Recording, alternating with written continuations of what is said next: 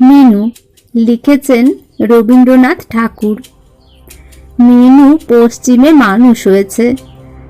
ছেলেবেলায় ইদারার ধারে তুতের গাছে লুকিয়ে ফল পাড়তে যেত, আর অরর ক্ষেতে যে বুড়ো মালি ঘাস নিড়ত তার সঙ্গে ওর ছিল ভাব।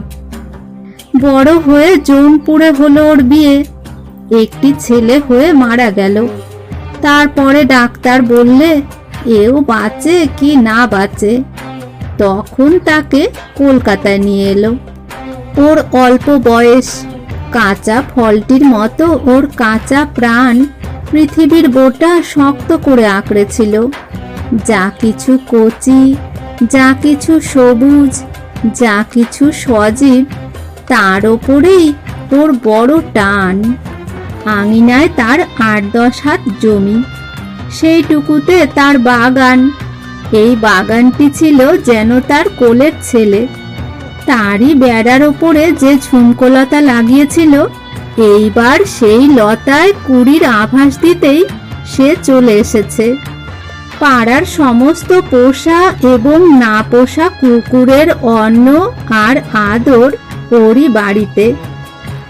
তাদের মধ্যে সবচেয়ে যেটিকে সে ভালোবাসত তার নাক ছিল খাদা। তার নাম ছিল ভোঁতা। তারই গলায় পরাবে বলে মিনু রঙিন পুঁতির মালা গাঁথতে বসেছিল। সেটা শেষ হলো না। যার কুকুর সে বললে, বৌদিদি, এটিকে তুমি নিয়ে যাও। মিনুর স্বামী বললে, বড় হাঙ্গাম, কাজ নেই। কলকাতার বাসায় দোতলার ঘরে মিনু শুয়ে থাকে। হিন্দুস্থানি দাই কাছে বসে কত কি বকে। সে খানিক শোনে, খানিক শোনে না। একদিন সারা রাত মিনুর ঘুম ছিল না।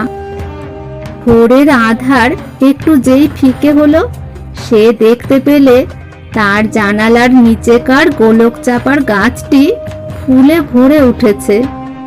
তার একটু মৃদু গন্ধ মিনুর জানালার কাছটিতে এসে যেন জিজ্ঞাসা করলে, তুমি কেমন আছো? ওদের বাসা আর পাশের বাড়িটার অল্প একটুখানি ফাঁকের মধ্যে ওই রৌদ্রের কাঙাল গাছটি। বিশ্ব প্রকৃতির এই হাবা ছেলে কেমন করে এসে পড়ে যেন বিভ্রান্ত হয়ে দাঁড়িয়ে আছে। ক্লান্ত মিনু বেলায় উঠত। উঠেই সেই গাছটির দিকে চেয়ে দেখত।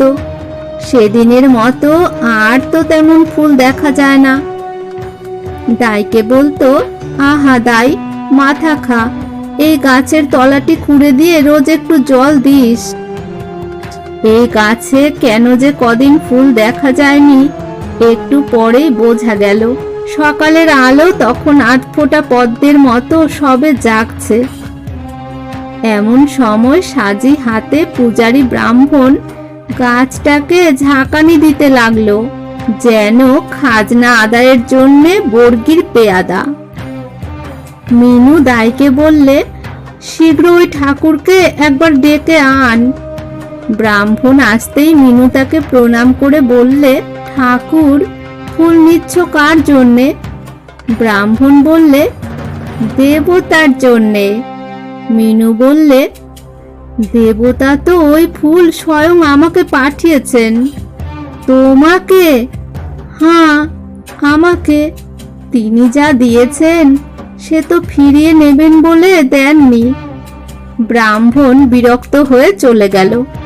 পরের দিন ভোরে আবার সে যখন গাছ নাড়া দিতে শুরু করলে, তখন মিনু তার দাইকে বললে, ও দাই, এ তো আমি চোখে দেখতে পারি নে।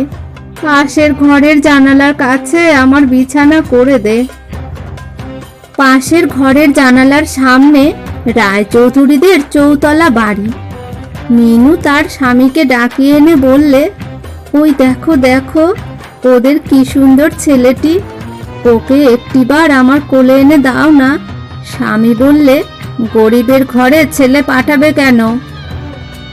মিনু বললে, শোনো একবার, ছোট ছেলের বেলায় কি ধনী গরিবের ভেদ আছে? সবার কোলেই ওদের রাজ সিংহাসন। স্বামী ফিরে এসে খবর দিলে, দারোয়ান বললে, বাবুর সঙ্গে দেখা হবে না। পরের দিন বিকেলে মিনু দাইকে ডেকে বললে, ওই চেয়ে দেখ, বাগানে একলা বসে খেলছে, দৌড়ে যা, ওর হাতে এই সন্দেশটি দিয়ে আয়। সন্ধ্যাবেলায় স্বামী এসে বললে, ওরা রাগ করেছে। কেন, কি হয়েছে? ওরা বলেছে তাই যদি ওদের বাগানে যায় তো পুলিশে ধরিয়ে দেবে। এক মুহূর্তে মিনুর দুই চোখ জলে ভেসে গেল। সে বললে, আমি দেখেছি ওর হাত থেকে ওরা আমার সন্দেশ ছিনিয়ে নিয়ে ওকে মারলে। এখানে আমি বাঁচবো না, আমাকে নিয়ে যাও।